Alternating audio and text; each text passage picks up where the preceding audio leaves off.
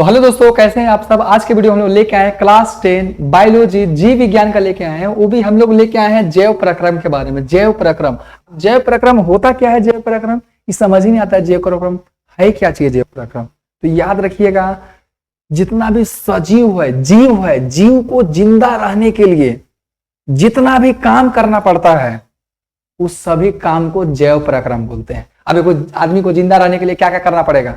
सांस लेना पड़ेगा, खनवा खाना पड़ेगा, भोजन करना पड़ेगा ना, श्वसन करना पड़ेगा ना, उत्सर्जन करना पड़ेगा ना। ये सारा चीज क्या बोलते हैं? ये सारा चीज को, ये सारा चीज मिला करके जैव प्रक्रम बोलते हैं। इसको क्या बोलते हैं? जैव प्रक्रम। तो आइए इसका डिफिनेशन देखते हैं। जैव प्रक्रम का क्या लिखा है? वे सभी प्रक्रम जो सम्मिलित रूप से अनुरक्षण का काम करते हैं। अनुरक्षण मतलब बाबू, अरे किसी जीव को बचाने का काम करेगा। किसी जीव को मरने से बचाने के लिए जो जो काम रहता है सबको जैव प्रक्रम बोलते हैं। बोले ना, किसी जीव को पर्यावरण में सुरक्षित रखने के लिए, जिंदा रखने के लिए जितना भी काम होता है सभी जैव प्रक्रम बोलते हैं। तो वही लिखा है, वे सभी प्रक्रम जो सम्मिलित रूप से किसी भी जीव का अनुरक्षण का काम करते हैं उसे जैव प्रक्रम बोलते हैं। अब जैव प्रक्रम में होता क्या क्या है वो भी लिखे हैं, छोटा छोटा। जैव प्रक्रम में क्या क्या लिखे हैं? पोषण लिखे हैं, मतलब खनवा खाएगा, श्वसन सांस लेगा, उसका वहन है, जो खनवा खाएगा उसका वहन भी तो होगा, शरीर में जैबो तो करेगा खाना पीना। उसके बाद उत्सर्जन है, मतलब पचा हुआ खाना है, खाना को पचाना, और जो बिना पचा हुआ खाना उसको शरीर से बाहर निकाल देना, ये भी है। हम लोग जैव प्रक्रम में क्या क्या आया? पोषण आया, श्वसन आया, वहन आया, उत्सर्जन आया। पोषण खाना खाना, देखिए डिफिनेशन में लिख दिए छोटा सा कि सजीव द्वारा भोजन ग्रहण करने एवं पचे भोजन को अवशोषण करना पोषण कहलाता है। सजीव द्वारा खनवा खाना और भोजन में पचा करके उसको अवशोषण करना, शरीर में खींचना, इसी को ही क्या बोलते हैं? पोषण इसी को ही पोषण बोलते हैं। आगे श्वसन आता है। श्वसन पचे हुए भोजन को विखंडन करना, मतलब खनवा पच गया है, अब खनवा पच के पूरा शरीर में घूम रहा है, उसको विखंडन के लिए, उससे एनर्जी लेने के लिए हम लोग को सांस लेना ही पड़ेगा। तो इसीलिए पचे हुए भोजन को विखंडन करना एवं उससे ऊर्जा प्राप्त करने को ही श्वसन बोलते हैं। सांस लेते तभी एनर्जी मिलता है, ज्यादा सांस लेंगे ज्यादा एनर्जी मिलेगा हमको। तो यही होता है कि पचे भोजन को विखंडन करना, तोड़ना खनवा को, और उससे ऊर्जा निकालने को क्या बोलते हैं? श्वसन बोलते हैं। वहन क्या है? वहन पचे हुए भोजन तथा अन्य पदार्थों का शरीर के सभी एक भाग से दूसरे भागों तक वहन करना। जो खाना पच गया है उसका एक भाग से दूसरा भाग में पहुंचाएगा, हाथों में पहुंचाएगा, पैरों में पहुंचाएगा, पैरों काम करे तो पैरों में खाना उना पहुंचाएगा। तो ये सब वहन है। अब उत्सर्जन क्या है? तो शरीर के अनेक भागों से अपशिष्ट पदार्थ, जो नहीं पचता है वो सब पदार्थ, चाहे नाइट्रोजन युक्त पदार्थ, जो नाइट्रोजन युक्त पदार्थ रहता है वो सब शरीर से बाहर निकालने को ही क्या बोलते हैं? उत्सर्जन बोलते हैं। तो यहाँ तक हम जान गए जैव प्रक्रम जान गए, उसमें क्या क्या चीज आने वाला है, ये सारा चीज के बारे में पढ़ने वाले हम लोग लाइन से डिस्कस करने वाले। पहले पोषण पढ़ेंगे, फिर श्वसन पढ़ेंगे, फिर वहन, फिर उत्सर्जन, यही सब के बारे में लोग पढ़ने वाले हैं। अब एक सवाल आता है कि जो जीव होता है ये तो दो प्रकार का होता है, एगो एक कोशिका से बनल वाला और एगो बहुत कोशिका से बनल वाला। एक कोशिका का जीव किसको बोलते हैं? जिसका एक एगो कोशिका रहता है, और बहुत कोशिका बहुत ज्यादा कोशिका रहता है। एक कोशिका का जीव को हम लोग नहीं देख सकते हैं, जैसे में अमीबा, पैरामीशियम, यूग्लिना, क्लेडोमोनास, माइक्रोप्लाज्मा, ये सब सारा एक कोशिका का जीव है। और हम लोग तो बहुत कोशिका का जीव है, लेकिन एक कोशिका का जीव है ना, उसका जैव प्रक्रम जो होता है ना, पोषण हो गया, श्वसन हो गया, सारा कुछ एक ही कोशिका में रहता है। एक ही कोशिका में सारा कुछ कर लेता है वो सब। लेकिन हम लोग जैसे बहुकोशिकीय में सब चीज को करने के लिए अलग अलग अंग है। खाना खाने के लिए, पोषण के लिए अलग अंग, श्वसन के लिए अलग फेफड़ा उपड़ा बनावल गया है, वहन करने के लिए, खाना पहुंचाने के लिए खूनवाएं हम लोग का शरीर में, उत्सर्जन के लिए हम लोग को हर एक जैव प्रक्रम के लिए अलग अलग पार्ट बना के भेजा ऊपर वाला हम लोग का शरीर में।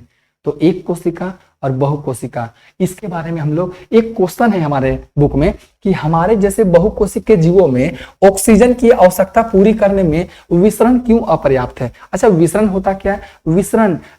विसरण अगर ऑक्सीजन यहाँ पे कम हो गया है तो यहाँ आसपास की कोशिका है ना, वायुमंडल से ऑक्सीजन को खींच लेता है। कोई भी चीज ज्यादा से कम का ओर जाता है, इसी को विसरण बोलते हैं। ऑक्सीजन जाएगा ना गैस, इसको विसरण बोलते हैं। अगर पानी जाता है तो उसको परासरण बोलते हैं। तो ऑक्सीजन चल जाता है, उसको क्या बोलते हैं? विसरण। जो एक कोशिका जीव है उसका ना सांस लेने के लिए नाक नहीं रहता है, फेफड़ा नहीं रहता है, उसका में विसरण के माध्यम से हवा, वायु जो है अंदर बाहर चल जाता है विसरण के माध्यम से। अब हम लोग में काहे नहीं जाएगा?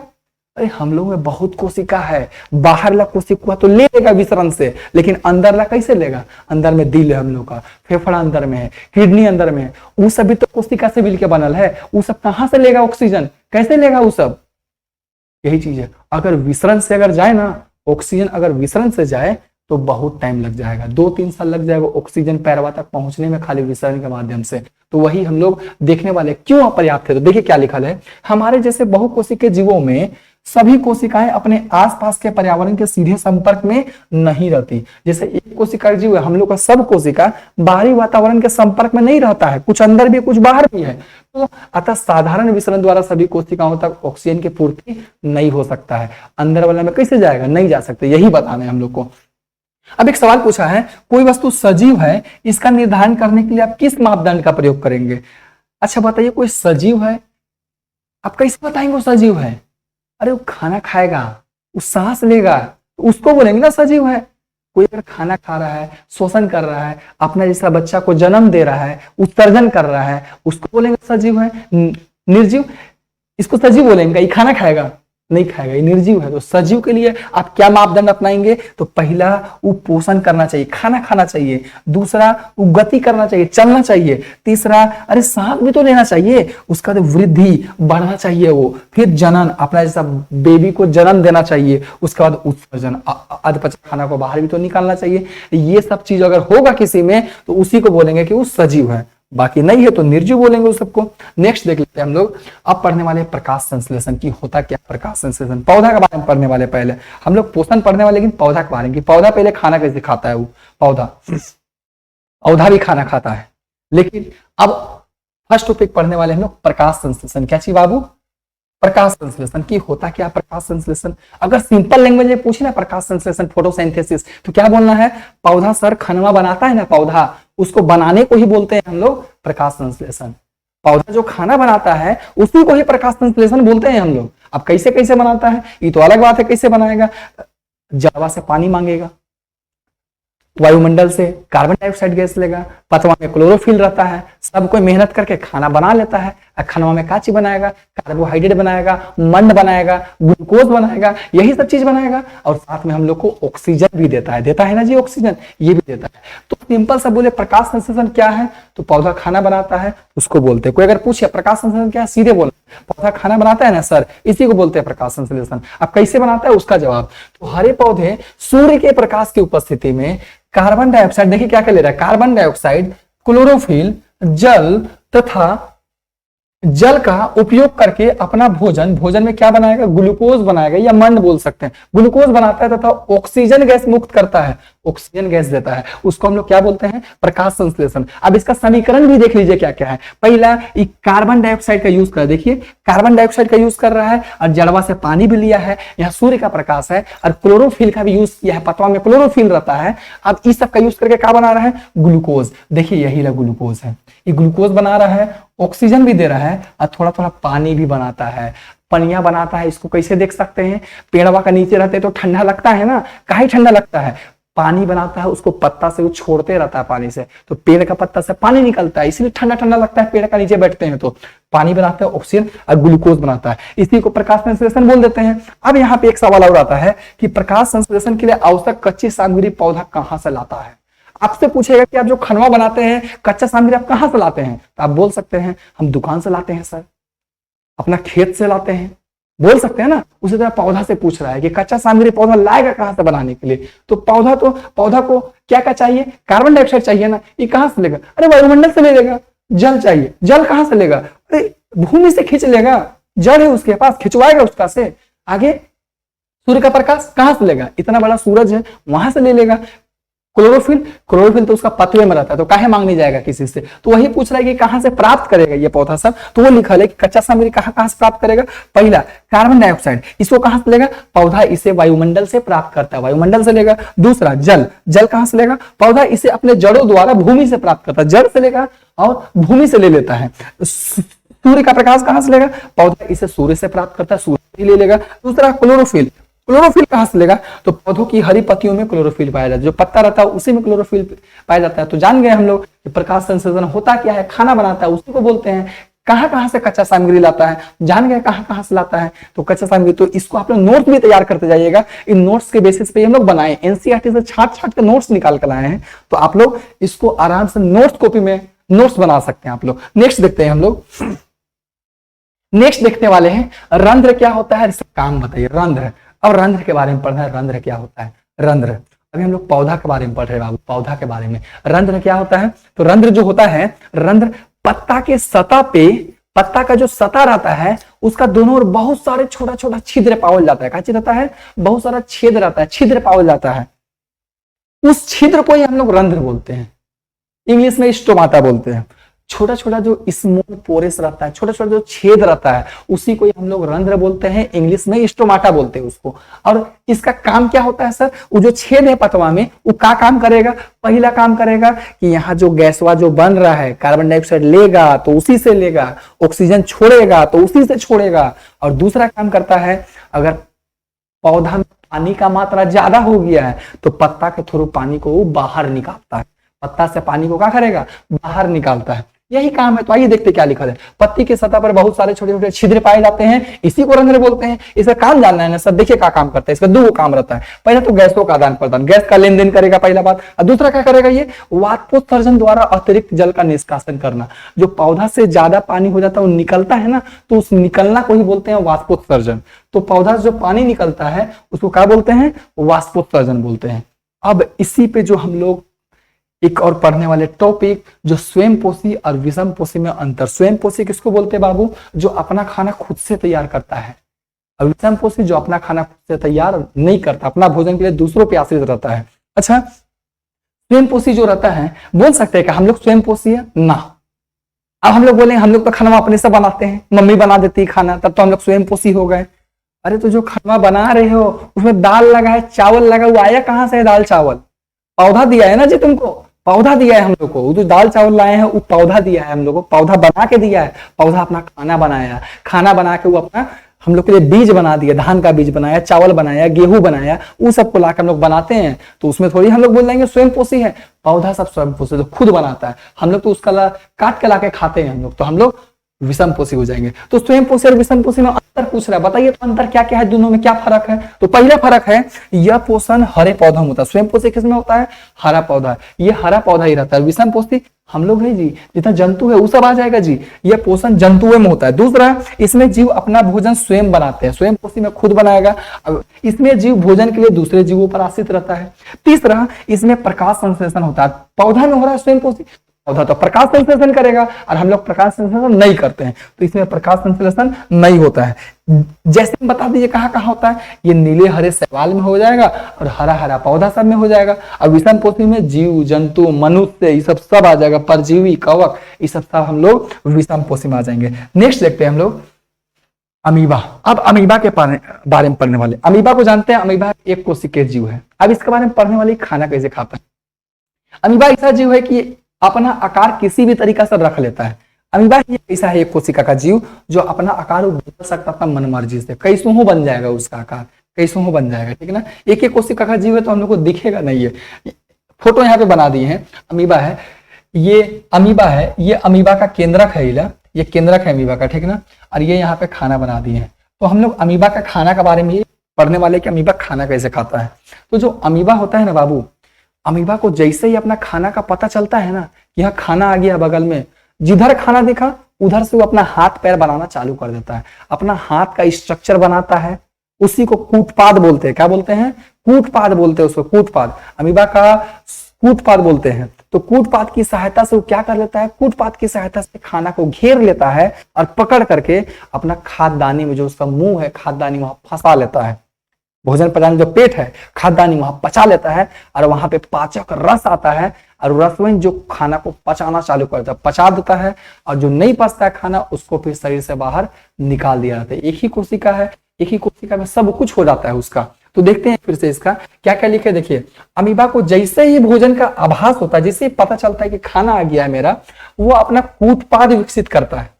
कूटपाद, देखिए ये अमीबा है, यहाँ पर ही भोजन है, जैसे पता चला देखिए धीरे धीरे अपना हाथ पैर बढ़ाना चालू कर रहा है। देखिए बढ़ा रहा है ना, ये बना रहा है ना, ये यही इसका कूटपाद है। क्या है? कूटपाद। तो कूटपाद विकसित करता है और भोजन को चारों ओर से घेर लेता है। देखिए यहाँ पे देखिएगा तो पूरा चारों ओर से घेर लिया, घेर लिया चारों ओर से घेर लेता है, और खाद्य पदार्थ उसकी खाद्यदानी में फंस जाते हैं। जो खाद्यदानी या मुंह है वहां पे फंस गया, घेर लिया चारों से तो फंस गया। खाद्यदानी में पाचक रस जटिल पदार्थों का विखंडन करके सरल पदार्थों में बदल देता है। मतलब खाद्यदानी में पाचक रस निकलता है, पचाने का रस निकलता है, जो जटिल जटिल पदार्थ उसको सरल सरल पदार्थों में बदलने का काम करता है। आगे शेष बचा हुआ जो अपशिष्ट पदार्थ है उस शरीर से बाहर निकाल दिया जाता है। देखिए यहाँ पे अंदर डाल दिया, ये खाना को अंदर डाल के पचा लिया, बाकी जो नहीं पचे उसको बाहर निकाल देगा। ये चारों स्थिति है। तो अगर आपको सचित्र वर्णन आएगा फोटो के साथ तो फोटो बना के दिखाना पड़ेगा कि सर ये अमीबा है, यहाँ के खाना दिखाई, खाना देखा तो अपना कूटपाद बना रहा है और कूटपाद को घेर लिया, कूटपाद से घेर लिया खाना को। खाना कहाँ फंसा? इसका खाद्यदानी। क्या बोलते हैं बाबू इसको? खाद्यदानी में फंस जाता है। खाना इसका खाद्यदानी में फंस गया और खाद्यदानी में क्या निकलेगा? पाचक रस निकलेगा, और पाचक रस खाद्यदानी में पाचक रस निकलेगा, वही उसका क्या कर देगा? पाचक रस ही खाना को पचाने का काम करता है। जो खाना नहीं पचता है वो फिर बाहर निकाल दिया जाता है। नेक्स्ट देखने वाले हम लोग, नेक्स्ट हम लोग देखने वाले हैं मनुष्य में पोषण। आदमी में खाना कैसे खाता है, कैसे पचता है, ये देखने वाले हैं। तो सबसे पहले इसको पढ़ने से पहले हम लोग अपने आप में जान जाते हैं कि ये आदमी का मुंह है बाबू, ये आदमी का मुंह है, ये हम लोग का लार ग्रंथि है जहां से लार निकलता है, ये हम लोग का फूड पाइप है, मतलब ग्रसिका बोलते हैं इसको हिंदी में, फूड पाइप को। ये हम लोग का पेट है, आमाशय, ये हम लोग का आमाशय है। ये जो है ये अग्न्याशय है हम लोग का। ये अंदर वाला ये छोटी आंत है, और ये जो है ये बड़ी आंत है, और ये गुदा है, एनस। ये हम लोग का यकृत है, और ये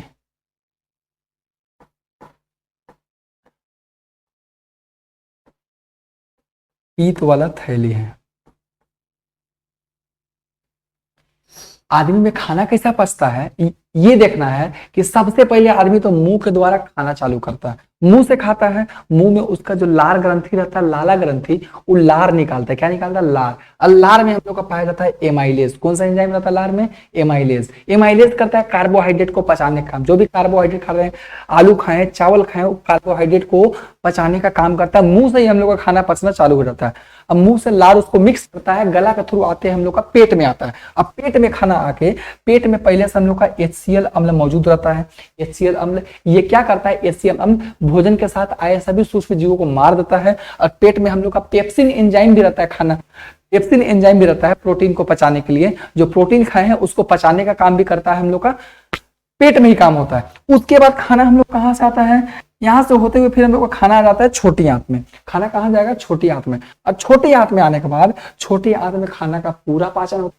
कैसे होता है? छोटी आंत पचने के लिए यकृत से पीतरस। पीतरस कौन बनाता है? यकृत। जो यकृत होता है वही पीतरस, लीवर ही हम लोग का बनाता है पीतरस। अब पीतरस को यकृत से पीतरस लेगा, अग्न्याशय से अग्न्याशयिक रस लेगा, और वहां से खाना को पचाना चालू करता है। खाना को पचाना चालू करता है। अग्न्याशय में जो अग्न्याशयिक रस जो लेता है उसका में 2 गो एंजाइम होता है। प्रोटीन का पाचन के लिए ट्रिप्सिन एंजाइम रहता है, और वसा के पाचन के लिए लाइपेज एंजाइम रहता है। प्रोटीन के पाचन के लिए ट्रिप्सिन और वसा के पाचन के लिए लाइपेज एंजाइम पाया जाता है, जो सबको मिलके हम लोग का खाना को पचाने का काम करता है। खाना जब पच जाता है तो कार्बोहाइड्रेट ग्लूकोज में बदल जाता है, ग्लूकोज बन के घूमते रहता है हम लोग का शरीर में, और वसा जो है वसा अम्ल या ग्लिसरॉल में बदल जाता है। अब प्रोटीन जो खाए हैं वो अमीनो अम्ल में बदल जाता है। तो आइए इसका हम देखते हैं क्या क्या लिखा हुआ है। लिखा हुआ है मनुष्य मुख के द्वारा भोजन ग्रहण करता है, और मुख में उपस्थित लार में एमाइलेज एंजाइम पाया जाता है, जो जटिल शर्करा को सरल शर्करा में बदल देता है। शर्करा मतलब कार्बोहाइड्रेट का बात कर रहा है। मुख से भोजन आमाशय में प्रवेश करता है, हम लोग का पेट में आएगा। हमारे आमाशय में प्रोटीन के पाचन के लिए लाइपेज एंजाइम पाया जाता है।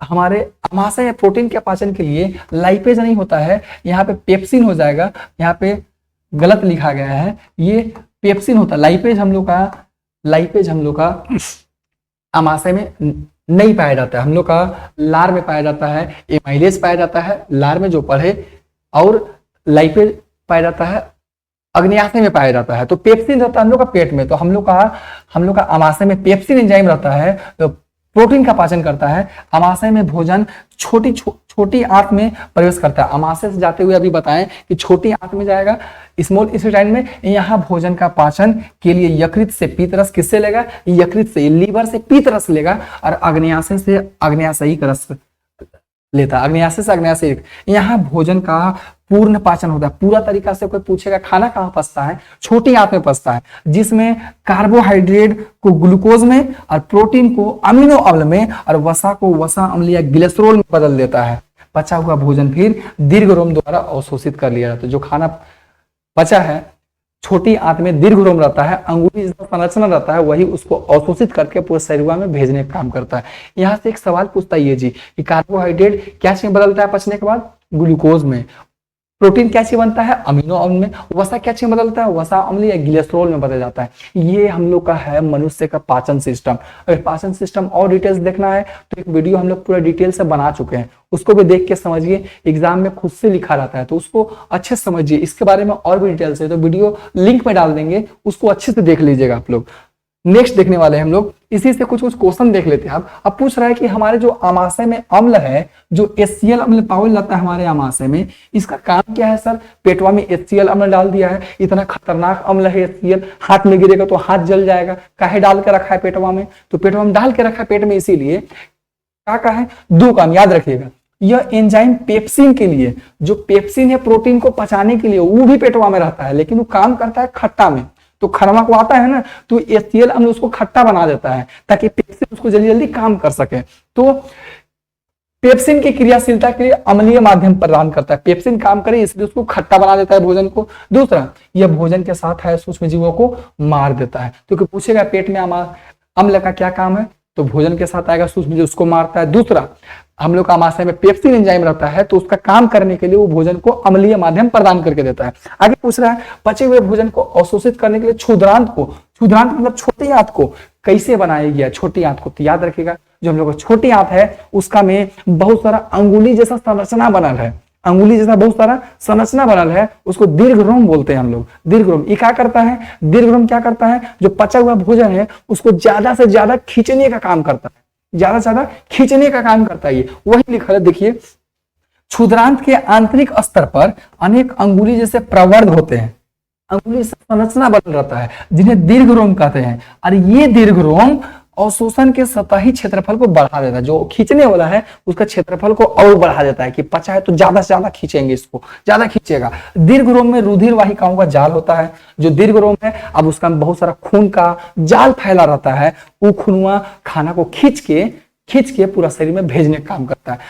तो दीर्घरोम में रुधिर वाहिकाओं मतलब खून का जाल फैला हुआ रहता है, जो भोजन को अवशोषित करके खींच लेता है और शरीर के सभी कोशिकाओं तक पहुंचाने का काम करता है। पहुंचा देता है जहां जहां जरूरत है, हाथ में पहुंचाएगा, पैर में, सब जगह पहुंचा देता है। हम लोग को एनर्जी मिलती रहता है खाना खाते हैं। तो आगे पूछ रहा है हमारे पाचन तंत्र में पाए जाने वाले एंजाइम, हमारे पाचन तंत्र में कौन कौन सा एंजाइम पाया जाता है, क्या क्या चीज को पचाने के लिए, उसको भी लिख दिए हैं। देखिए, हम लोग का एमाइलेज एंजाइम पाया जाता है, बताए ना, एमाइलेज। ये कहाँ रहता है? एमाइलेज हम लोग का लार में रहता है। ये किसको पचाता है? कार्बोहाइड्रेट को। किसको पचाएगा बाबू? कार्बोहाइड्रेट को पचाएगा। दूसरा, पेप्सिन और ट्रिप्सिन। पेप्सिन हम लोग का पेट में रहता है और ट्रिप्सिन अग्न्याशय से पेनिक्रियाज देता है, पेनक्रियाज देता है। ये ट्रिप्सिन पेनिक्रियाज से निकलता है, पेप्सिन पेट में रहता है। ये दोनों मिलकर क्या करता है? प्रोटीन को पचाएगा। जो भी हम मांस मछली खाते हैं, दूध पीते हैं, अंडा खाते हैं, पनीर खाते हैं, इस सब में प्रोटीन रहता है, तो इस सबको पचाने का काम पेप्सिन और ट्रिप्सिन करता है। तीसरा एंजाइम पाया जाता है लाइपेज। क्या चीज रहता है? लाइपेज। ये क्या करता है? ये वसा को पचाने का काम करता है। तो लाइपेज होता है, ये किसको पचाता है? वसा को पचाने का काम करता है। तो यही हम लोग का शरीर में पाया जाता है एंजाइम। ऐसा काम भी लिखा हुआ बगल में कि क्या चीज काम करता है। नेक्स्ट देखते हैं हम लोग, भोजन पचने के बाद क्या क्या चीज बदलता है। अभी समझाए थे, फिर भी यहां लिख दिए क्या क्या चीज बदलता है। कार्बोहाइड्रेट ग्लूकोज में बदल जाता है, प्रोटीन अमीनो अम्ल में बदल जाता है, वसा अम्ल और ग्लिसरॉल में बदल जाता है। ये तीनों चीज को बता दें कि कार्बोहाइड्रेट ग्लूकोज में, ये एमसीक्यू में पूछा जाता है, तो इसको आप लोग अच्छे से याद रखिएगा। कार्बोहाइड्रेट ग्लूकोज बनेगा, प्रोटीन अमीनो अम्ल बनेगा, और वसा अम्ल और ग्लिसरॉल बनेगा। यहां तक हम लोग को भोजन का पाचन पोषण हम लोग पढ़ लिए, खाना खाना पचाना खत्म हो गया। पौधा के बारे में पढ़े, जानवर के बारे में पढ़े, जंतु के बारे में पढ़े। अब आगे पढ़ना है खाना जो पच गया है उसको हम लोग सांस लेके कैसे उसका से एनर्जी ले, ये पढ़ने वाले श्वसन। लेकिन श्वसन के लिए नेक्स्ट पार्ट वेट कीजिए। थैंक यू दोस्तों।